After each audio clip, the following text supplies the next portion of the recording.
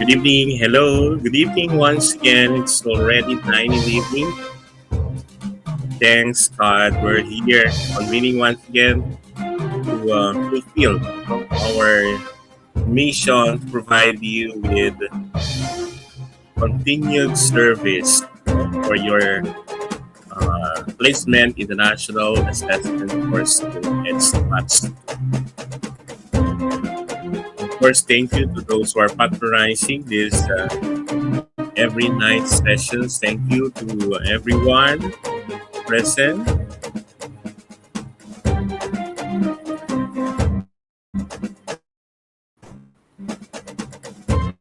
Okay, welcome, Sir Lloyd, Sir Manlio, Clea Doniego, Clea Mamari, Ma'am Rosalie, Ma'am Marilyn, Sir Aris, Ma'am Niani, Ma'am Bernadette, good evening. Welcome. Likewise,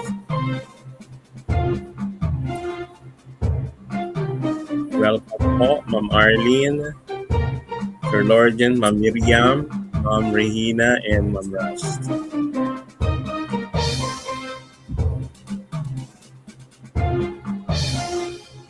Good evening. Thank you.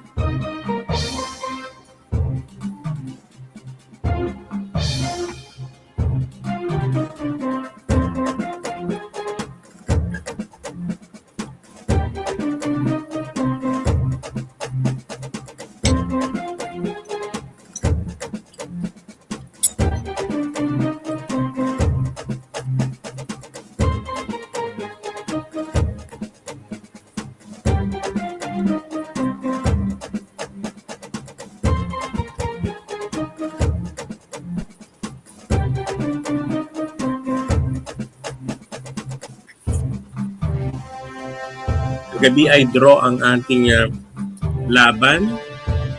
Ngayon naman, tingnan natin kung magiging draw or sino sa Team Woodpecker or Woodchuck or Team Turkey ang mananalo. For Team Woodchuck, JD, Zan, Cathy, Arlene, JM, Celon, Rush, LBP, may Land Bank of the Philippines talaga, Summer, Yam Yam, Bryce, CA, and Viol. For Team Turkey, we have JD, Janet, Ed, Sharon, Mona Lisa, Aris, Bads, Rina, E, Rosalie, H, Dan, Emily, and Nin. Okay, kapag mag-30 na tayo, we'll start. Habol na lang yung mga other members. Okay, good luck to everyone. Galingan, bilisan ang pagsasagot at tulungan ng bawat isa. You have to defend your own land.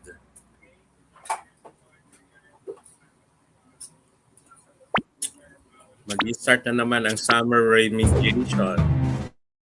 Kaya, balikan ulit natin ang mga guidelines of the Kentucky Summer Remedial Program.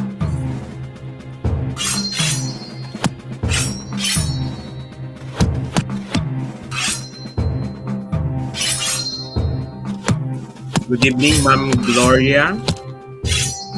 Good evening po, Sir Leo.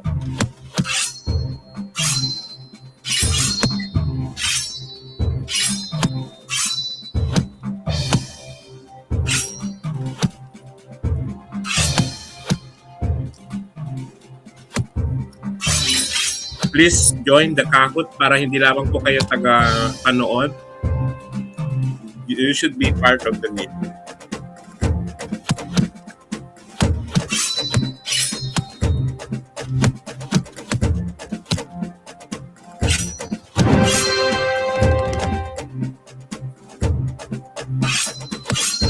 Okay, Team Woodchuck. Lumalaban. Team Blue, bilisan. 25% of the board was already captured by the Team Woodchuck.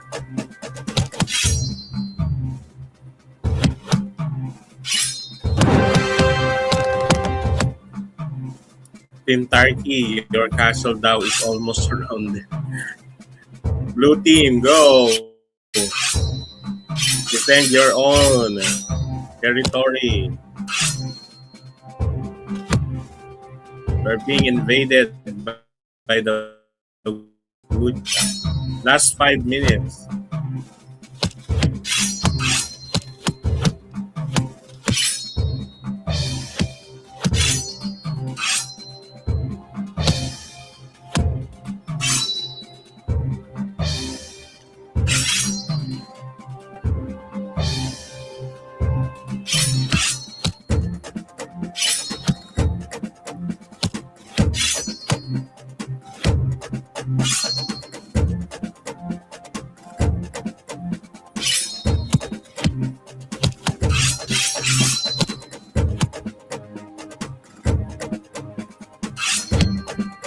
Blue team, 50% has captured by the woodchuck for round 1.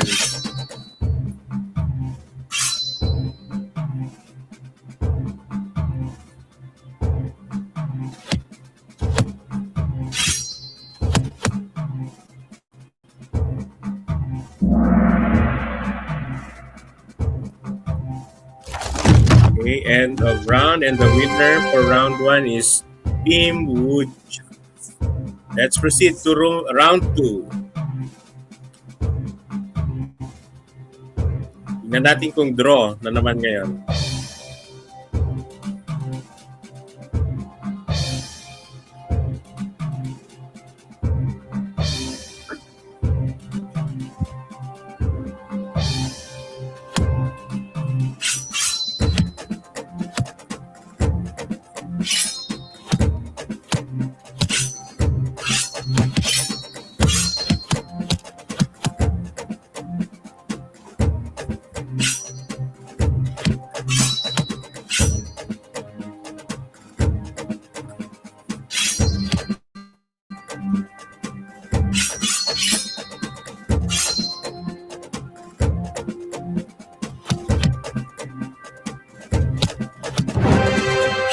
Last 3 minutes.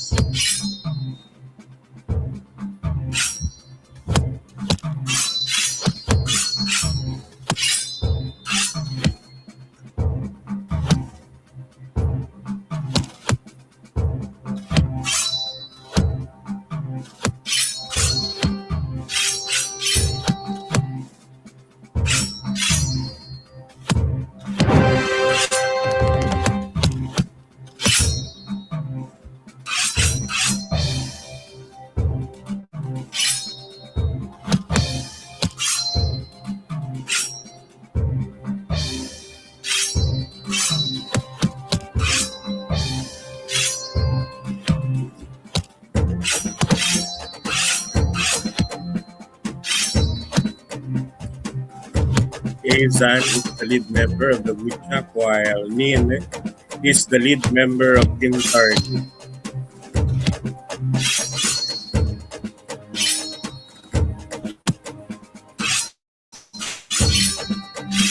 Last 1 minute.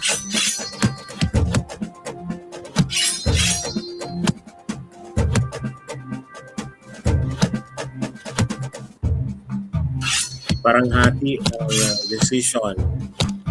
Tingnan natin ngayon kung still a draw or may mananalo ngayong gabi.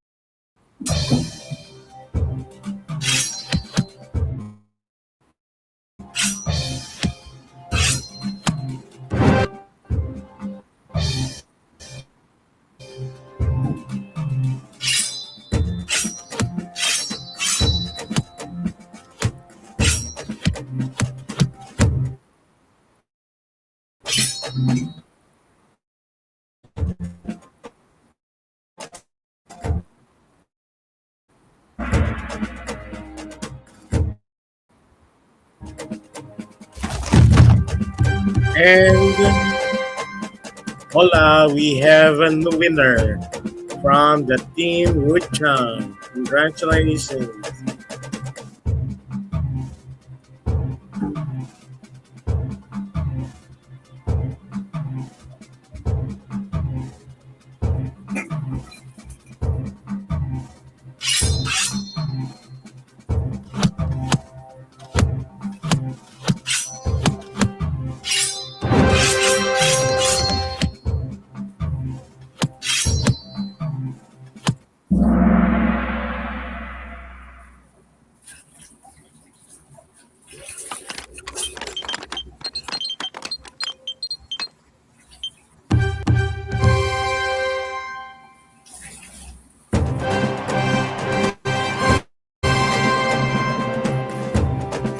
Team Wuchang garnered 2 wins over Team Turkey garnered 1 win.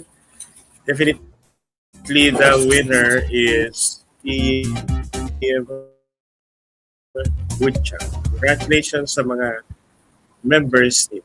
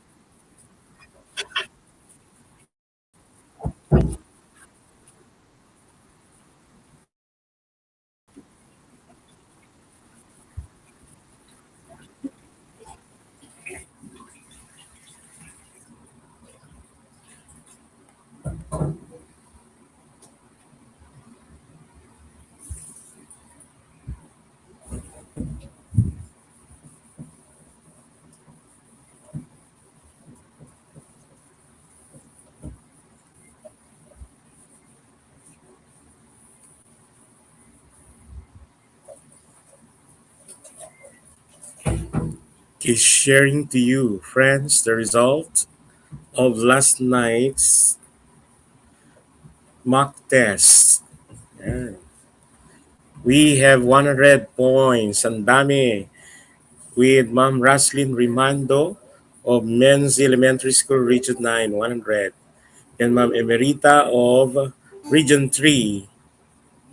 Then Ma'am Miyami Chato of Region 7. Jem of Region 4B. Ma'am Karina of Cotabato.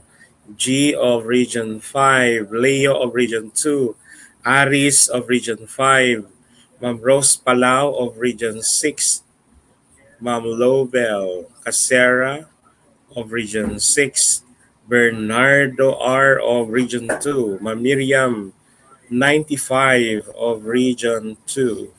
Ma'am Helen Davo 95 of Region 6. Ma'am LV of Region 8 95. Then 90%. We have Diol of Region 10. Bob of Region 12. Rose of Region 6. Hajia of Region 9. Emmy Flor Jerusalem of Region 2. Ma'am Rosana 85 of Region 8. Ma'am Regina 80 of Region 2. Then Ma'am Olympia Manzano of Region 2. 80, Ma'am Ana Ruby Escala of Negros.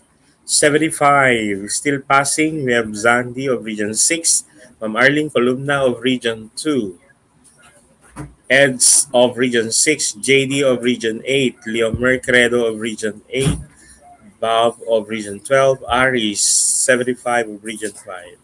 And for 70, we have Sir Lorgen Palomar of Negros, Ma'am Dahlia of Region 7, Ma'am Mona Lisa of Region 8, Ma'am Aida Dumenden of Region 1, Ma'am Bernadette of NCR, Sir Jordan Langido of Region 2.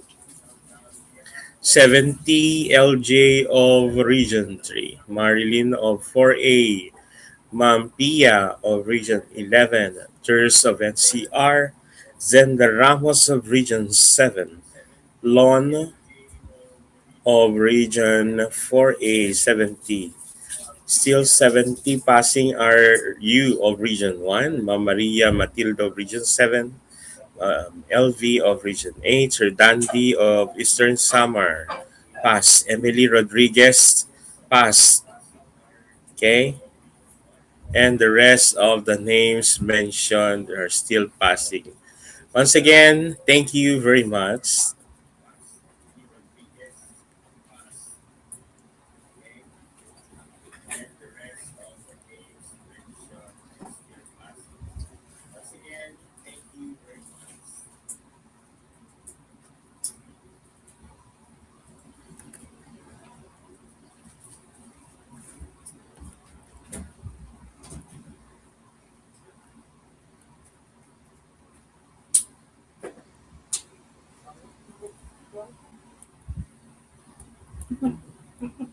Ano daw?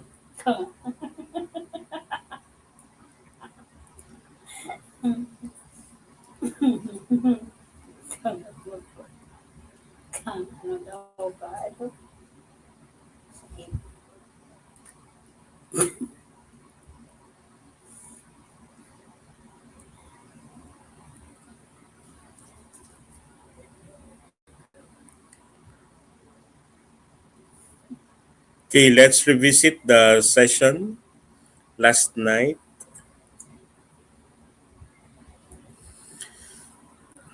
The first question is, which component is not a part of the data management principles as outlined by the Department of Education? Okay. In terms of data, there is accessibility, there is accountability, and there is security of the data. And not of it is responsible for the ownership. Yan. So meron nga tayong tinatawag na bagong programa ng DepEd na Project Bukas, no? That the public information is now ready available for public. So anyone can browse information, but it should be by aggregates of total population, not by individual names, because that will now be a breach of personal identity.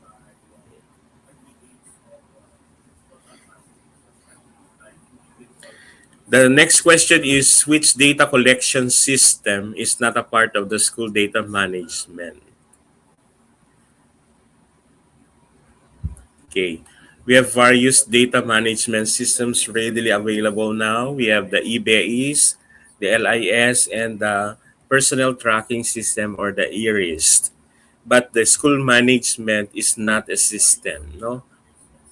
It is a collection or a gallery of all the best practices that you have in your own respective schools.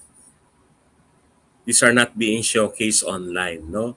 However, it is encouraged that you should have your repository of all the documents and exhibits. Mostly these are being exhibited in your own schools, no? Meron kayong mga specific rooms. That's why SBM should not be, no, a very good space where you have to allot the best room. Bakit kaya ang SBM ay pinaglalaanan ng pinaka-importanteng room sa inyong eskwelahan? Nakikita namin air condition, napakalawak, wala namang tao. Ano ba nasa sa office na 'yon? O, sino nabe-benefit nun, Ma'am Miriam, sa pinakamagandang room na 'yan na naka-aircon, ang ganda ng kurtina, ang ganda ng ambience ng lighting, ang laki ng TV. Bakit kaya, ano kaya ang kwan? What's the wisdom that why we should give premium to that? Na hindi pwedeng punta ang bata doon? Bakit hindi pwedeng gamitin na classroom setup na lang yun? Bakit kailangang ikandado?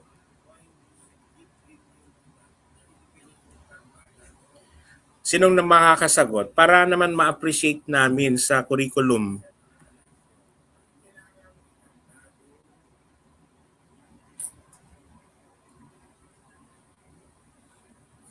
Can you please provide me the exact explanation why you have to allot the room, the best decoration, the best of all the best that should be present in your SBM room? Kesa ang SBM ay dapat prina-practice. Pagbasahin kasi natin ang culture or principles ng school-based management, it should be in practice. It should not be in a stayed in a room, no? So that we'll even appreciate more and we'll embrace that SBM room.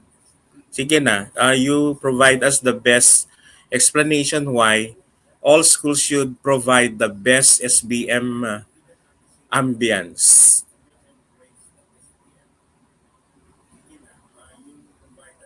I'm not against this, but pagpunta, sir, doon tayo sa SBM, doon ang malamig. Sir, doon tayo sa, when we conduct monitoring, dadalhin tayo doon sa SBM. Doon dapat, kasi doon yung may pinakamagandang, the best, parang luxury room, no?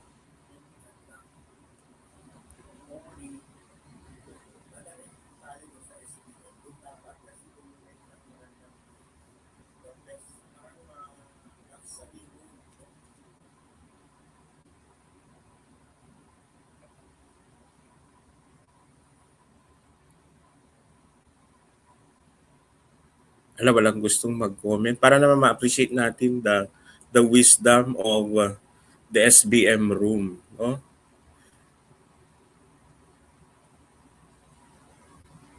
Is the SBM room a part of the checklist to be granted with SBM level of practice to be SBM level 4?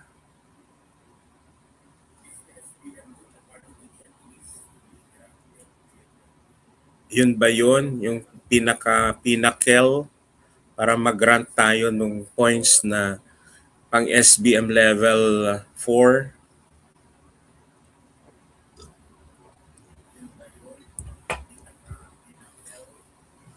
So that will encourage all schools, no, to decorate and give premium to one special classroom na bawal ang bata, bawal gamitin yun for instruction. Okay? Medyo nasasaktan lang kami pagdating sa isang classroom na walang laman, no? Wala man lang electric fan, wala siyang any decorations, but there is a specific room na naka-close na ang kanyang kurtina ay hindi nasisilip ng daming mga pabonggang mga flares or lighting.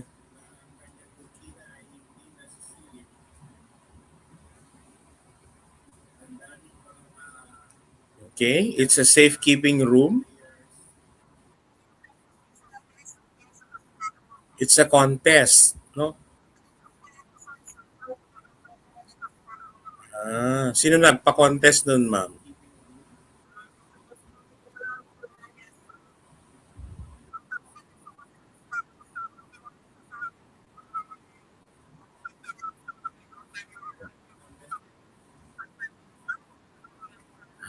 Okay. So, i-decorate. Lagyan ng aircon, lagyan ng TV, gano'n.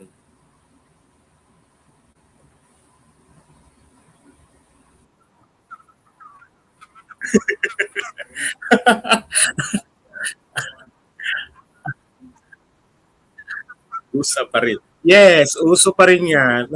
May best, may best pa. Okay. At sino nagpauso niyan? Kasi in the regional office, we don't emphasize that SBM should be a practice. It should not be kept in a 'di ba, ang pinakamagandang part, no? That's not the very core business of school-based management. Kung titingnan natin, kailangan nakikita na nararamdaman, no? It should be felt, it should be seen among people, no? Among the stakeholders, among the buhay dapat, hindi siya ikahon, no?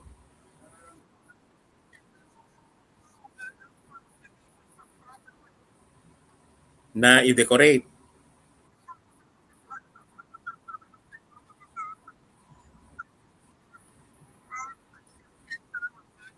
Mhm. Na it should have a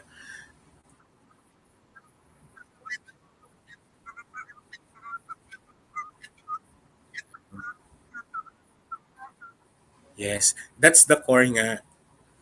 Pero hindi niya sinasabi na it should be stored in a very beautiful and the uh, most inclusive part of the school aside from the office of the school principal.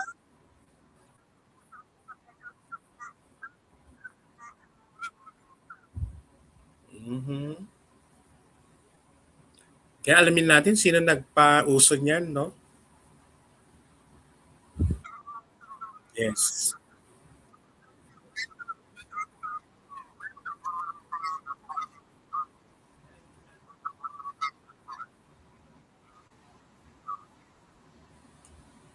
Okay. So, sa inyo, maganda ba para i-encourage natin ang other schools na doon tayo mag-concentrate? Is that the, parang halimbawa si Camellia Homes, meron siyang room na showroom para mabenta yung bawat rooms na hindi pa occupied, meron silang mga tinatawag na mga showroom kung saan kung anong itsura nitong showroom na to kapag ginandahan mo, nilagyan ng mga all amenities, all furnitures and fixtures ay gustong bibilhin ng mga buyers yung the the showroom, no? Parang ganun ba 'yon? So whatever is in place that is being decorated in that SBM room is also being seen and felt in another room. Ganon.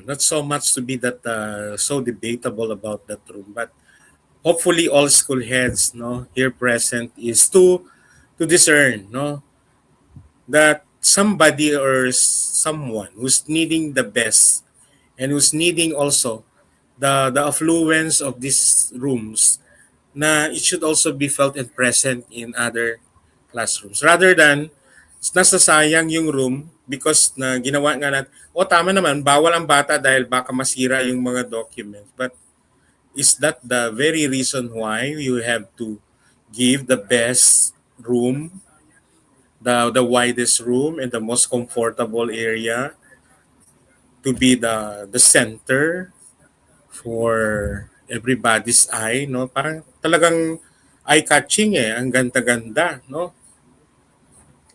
The state of the art. Tiningnan mo pa, pag i-open mo, nandun yung ang lalaking mga TV, itatago. Tapos yung mga cabinets talaga ay pinag-isipan, no? Talagang may value. Okay? It's not a library anyway. It's not even a laboratory.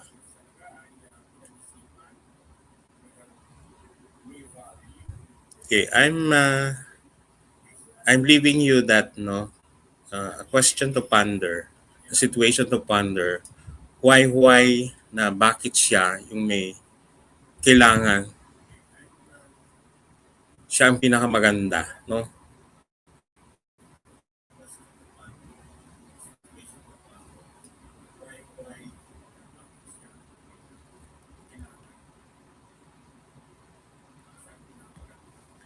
Okay, let's look into the next item. Under what conditions are two consecutive grade levels combined into a multi-grade class? A, when the total enrollment of the both grade exceeded 30. B, when the total enrollment of both grade is less than or equal to 30. C, when the total enrollment of both grades exceeded 50. D, when the total enrollment of both grade is less than 50 or equal to 50. Very near answer, of course, is letter B. Pero splittable na ba ang 31 and above?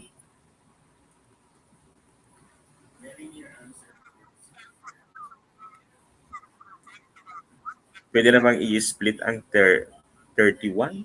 Sabi niya kasi less than 30. Pero ngayon pwede ata ang 17, no? Because of the mandate of uh, bringing back foundational skills. Mostly kasi ang mga multigrade natin are nandun sa mga areas na gidas kung saan kokonti lang naman talaga ang mga estudyante. Kasi kokonti yung namamalagi dun sa community na yun. Okay, how many classrooms are required if there are multi-grade classes? Okay, it's not necessarily that grade 1 you have to build another classroom for them and another classroom for grade 2 kasi the term is multi-grade, no? Multi-grade is combination classes. So definitely, even though they have various grade levels, they will stay in one classroom because that is being handled by one teacher. So ang answer natin is 1, not 2.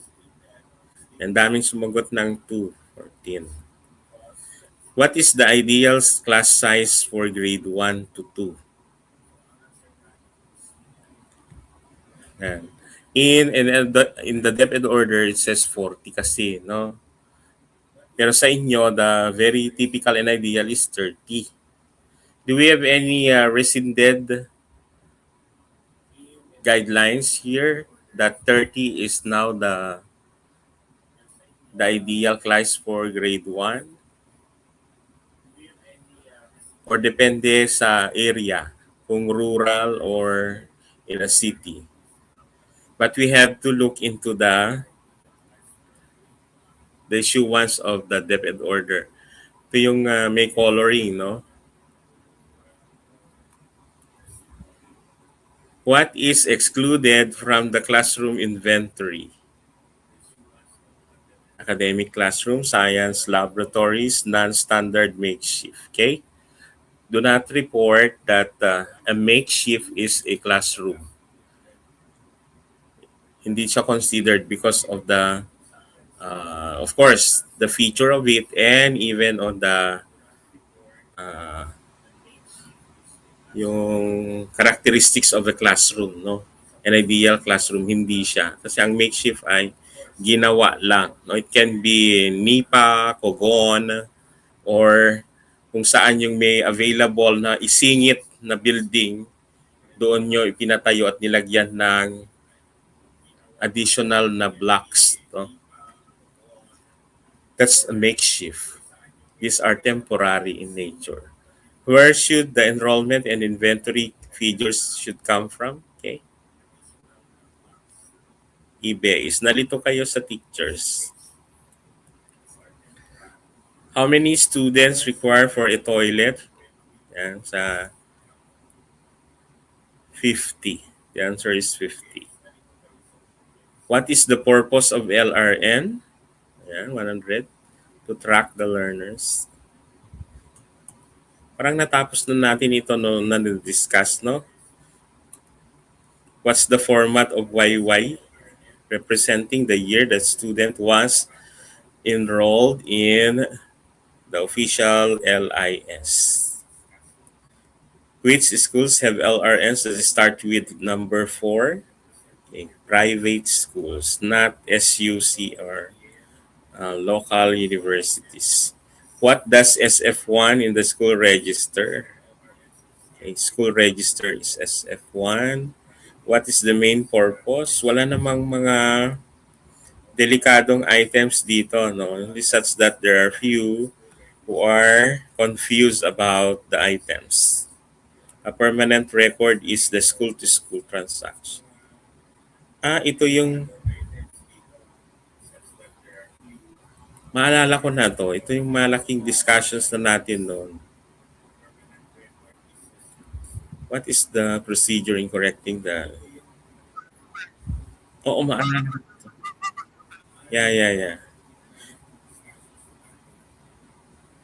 To correct the name or and gender of the bird, request correction through the LIS from the central office.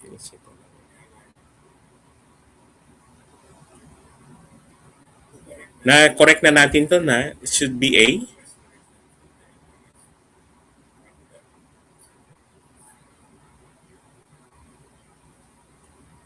Do we need a legal process for correction of the documents when their name, gender, and date of birth is mis misencoded or there's an error in encoding? Do we need their diploma or Form 137? Or we'll just request for corrections?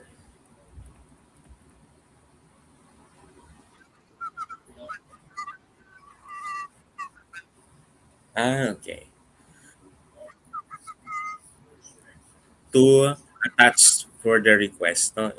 But then, of course, you have to start requesting from the parents of any document to support that it's really a mistake, no, that is being entered in the LIS rather than to immediately request for a correction. Tama naman si Ma'am Raslin. Before you amend or you do necessary request in the central office, you have to set first any document from the parents stating na mali talaga yung nai-input na data. So initiate first a legal document that can prove na mali ang birthday niya, mali ang name, and yung ano pa yung isa kanina.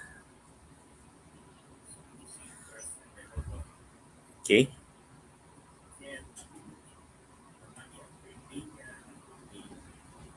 The class size for grade 1 and 2. Please be informed that the class size is set to 30 in line with the provisions of DO 21 of 2019 which allows manageable class. Okay. 2019 is before pandemic. That's before pandemic. Then in 2020, the pandemic occurred. So sinet na natin into 30. However, grade 2. Ini-implement nyo na ito since then na kapag na ang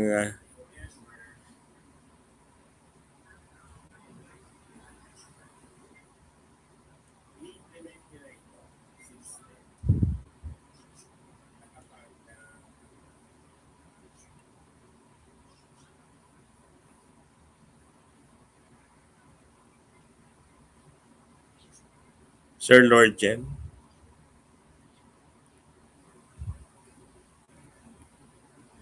kung 32, kailan ang decision according to the planning officer that a class is splittable into two sections? 30 is the standard or the class size for grade 1 and 2.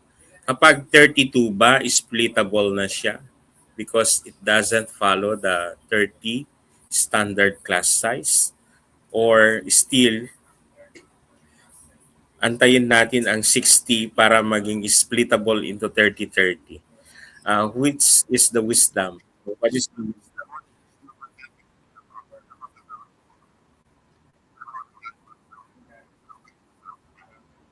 Okay. So extending that 30 to 35, okay. For 35, non-splittable pa rin.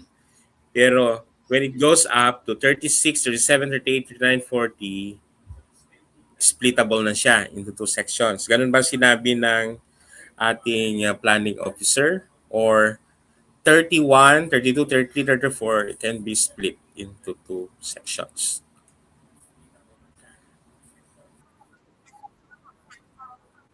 40 is splittable. Paano yung sa central ata na Yung kapatid ko is from the central office with 49 students. Ano sabi is non-splittable pa rin. Kasi kapag i-split is 20 plus na lang. Grade 4, bawal pa rin. Splittable ang 45. Okay. So 45 magiging 23 at 22.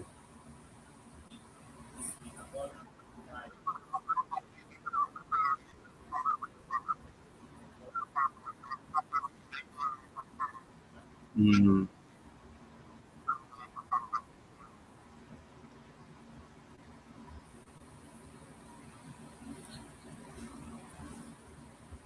okay. So that we can have a consistency when it comes to decisions, we need to finalize the agreement on this. Baka nga lalabas sa exam, when is a class be splittable and when it's not. It's dependent sa per SDOs kasi kung ang instruction is the the splittable size can be in 35 or in 45. Ano.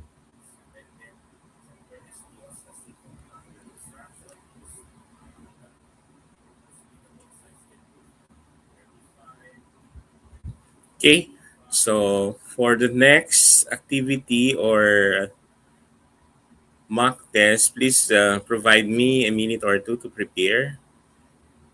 That be okay?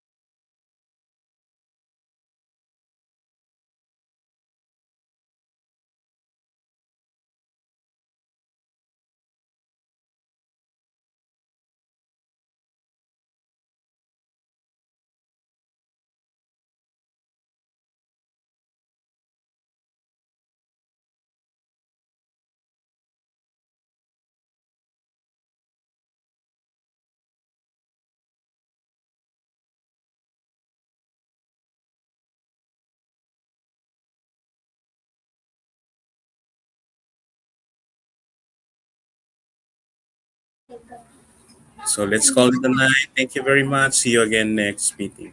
Bye bye, everyone.